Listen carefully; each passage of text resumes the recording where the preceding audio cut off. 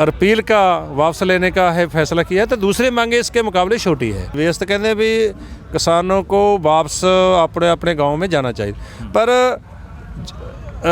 जे बाकी जो 6 मांगे हैं इसका कोई निपटारा होना चाहिए, इसका कोई टाइम बाउंड होना चाहिए, ताकि उतने समय लिए मान लीजिए भी जो MSP की कमेटी बननी है उसका 6 महीने का टाइम ले लेते हैं। 6 महीने में वो सारा प्रोसेस पूरा होएगा तो 6 महीने लिए मुलतवी हो जाएगा। नमस्कार, मैं हूं संदीप राव जी और सिंघू बॉर्डर पर आज हमारे साथ विशेष मेहमान हैं BKU क्रांतिकारी के नेता सुरजीत सिंह फूल, और उनसे हम ये जो साल भर किसान आंदोलन चला और एक जो सीमित जीत हासिल हुई है उसको लेकर के, और पिछले 1 साल में किसान आंदोलन ने क्या खोया है, क्या पाया है, कितना हासिल किया है और आगे कितना उसको हासिल करना बाकी है, और देश के हालात पर आज हम चर्चा करेंगे इनसे। सुरजीत सिंह फूल के बारे में एक बात बताना ज़रूरी है कि SKM में जो संयुक्त किसान मोर्चा है उसमें रहते हुए भी ये संयुक्त किसान मोर्चा की जो लीडरशिप है और जो नीतिगत मसलों पर कुछ मतभेद इनका बना रहा, उसकी आलोचना भी करते रहे और अपनी तरफ से ये बार बार चीज़ों को कहते रहे कि लड़ाई को और संघर्ष को अगले मकाम तक ले जाने की ज़रूरत है। इस आंदोलन में ये पूरी जीत हासिल हुई है, अभी आधी जीत हासिल हुई है, अभी लड़ाई और आगे जाएगी। आपको क्या लगता है इस पूरे मामले में? 3 कानून समझ लो रिपील हो गए, वो हमारी जीत हमारे थैले में आ गई है, वो वापस नहीं जाएगी। तो जितना इसका प्रचार हो गया देश दुनिया में, और ख़ुद प्रधानमंत्री ने आप लाइव होके उसका, एक तो किसी अधिकारी ने अनाउंस किया हो ना, खुद प्रधानमंत्री ने अनाउंस किया है, और उसके कहाँ अगले जड़ा स्टेप है वो भी फॉरवर्ड हो गए हैं। जैसे कैबिनेट में 24 तारीख को जो उनकी मीटिंग थी उनको कैबिनेट ने भी अप्रूवल दे दी, और 29 को वो जो सेशन शुरू है पहले ही दिन उसको संसद में पेश करने का भी ऐलान उन्होंने आ गया। सो इसलिए इसनों असीं आधी जीत कहा, और मीडिया वाले जो मित्र है उन्होंने ये भी पूछा है भी क्या हुण आप स्वागत करेंगे या धन्यवाद करेंगे PM का, उन्हें तो तुम्हारी मांग को मानना है या अपील किया है कानून को, तो वो हमारा कहना है, मानना है भाई धन्यवाद इसलिए नहीं किया जा सकता भी इसलिए हम गवाया बहुत है। 700 के लगभग किसानों की जड़ी जाने जा चुकी हैं और कई अरब का खर्चा हो चुका है, अरबों में, करोड़ों में नहीं, अरबों में है खर्चा, और इतना समय शक्ति मतलब बर्बाद हुआ है।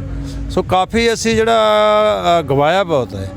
इसलिए जे ये गवाने से पहले ही जब हम पिछले साल 26 नवंबर को जहां बॉर्डर पर पहुंचे थे और पहली मीटिंग हुई थी केंद्रीय मंत्रियों के साथ, जो उस मीटिंग में ही उसका जो आज ऐलान हुआ है 19 नवंबर को हुआ है, पिछले साल ही 26 नवंबर को हो जाता, फिर ज़रूर उसका धन्यवाद करने की बात होती सी। हुण तो हम कहेंगे भी फैसला तो दुरुस्त है, असें नहीं कहा भी वो फैसला जो रिपील करने का किया है ये दुरुस्त नहीं, दुरुस्त है पर कदम दुरुस्त है पर देरी से उठाया हुआ कदम है।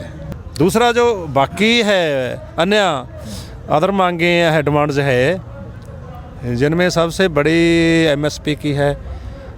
MSP के बारे में उस दिन जिस दिन 19 तारीख को ऐलान हुआ है उसमें इतना ही कहा है कि इसको प्रभावी बनाएंगे। MSP को प्रभावी कैसे बनाएंगे, जो उन्होंने भी कहा भी कि कमेटी बनाई जाएगी, पहली जॉइंट कमेटी, साझा कमेटी, जिसमें किसान नेता भी होंगे, सूबा सरकारों के, स्टेट प्रांतों की सरकारों के भी प्रतिनिधि होंगे और सेंटर के प्रतिनिधि भी होंगे और अर्थशास्त्री, खेती, आर्थिक कुमार भी होंगे, भी उनकी एक साझी कमेटी बनेगी। सो इसलिए वो साझी कमेटी का अजे तक पूरा कंक्रीट उसकी पिक्चर नहीं सामने आई है जी, भी उसका जिसको कहते हैं टर्म्स ऑफ रेफरेंस कहते हैं अंग्रेजी में, भी वो क्या होंगी, उसका कंडीशन शर्तें क्या होगी, उसका समा कितना होएगा, उसका फ्रेम क्या होएगा, उसका कोई भी कमेटी बनती है उसका सब्जेक्ट होता है, उसका विषय होता है कि क्या हो, कानून बनाना है, कानून बनाने का, कानून का खरड़ा तैयार करने का विषय है या कोई और विषय, ये सभी बातें। बिजली संशोधन बिल को भी उन्होंने कहा था, वो पिछली बार ही बात हो गई थी कि वो तो वापस करने के लिए तैयार थे।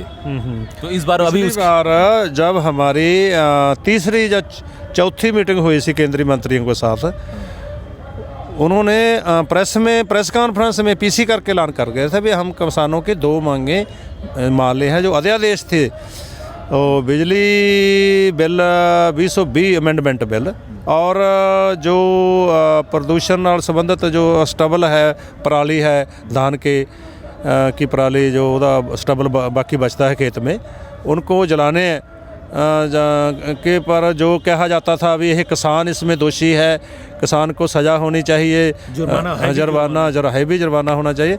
ये दोनों जो अध्यादेश थे, आर्डिनेंस थे, उनको वापस लेने का अभी हम ठीक है, हम उसको आर्डिनेंस को पार्लियामेंट में नहीं पेश करेंगे। जब ये पार्लियामेंट में पेश करेंगे, संसद में पेश करेंगे, फिर ही ये कानून बनेगा ना। पर वो भी अभी तक वो बाकी है, पेंडिंग है वो। सगों हमने इस पता लगा है कि वो बिजली बिल इस सेशन में ही भी जो अध्यादेश है उसे कानून बनाने के लिए पेश कर रहे हैं।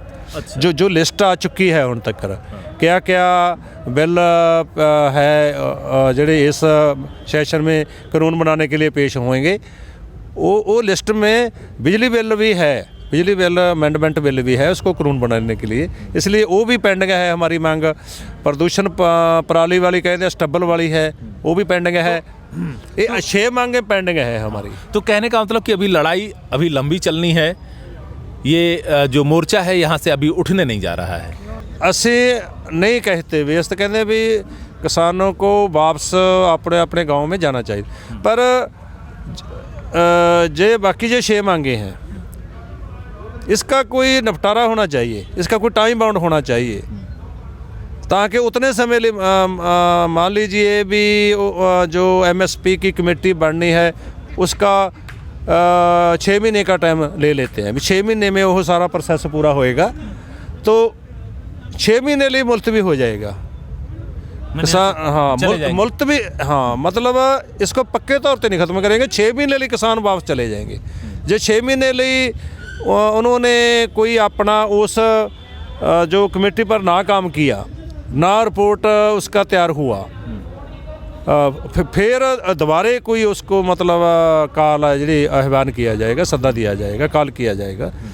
सो इसलिए इसको ऐ नहीं कहते भी असी हुण, पर वो बाकी मंगों पर कोई बयान, कोई स्टेटमेंट, कोई उसको लिखती कोई भरोसा या कोई पार्लियामेंट में कोई ऐलान तो होए ना। जब ऐलान हो गया वो हमारी हमको पूरी असेसमेंट है, उम्मीद है भी जे 3 जो बड़े कानूनों का रिपील करने का सवाल था, क्योंकि सारी ये कारपोरेट से जुड़ा है, इंडिया के कारपोरेट से नहीं जुड़ा है।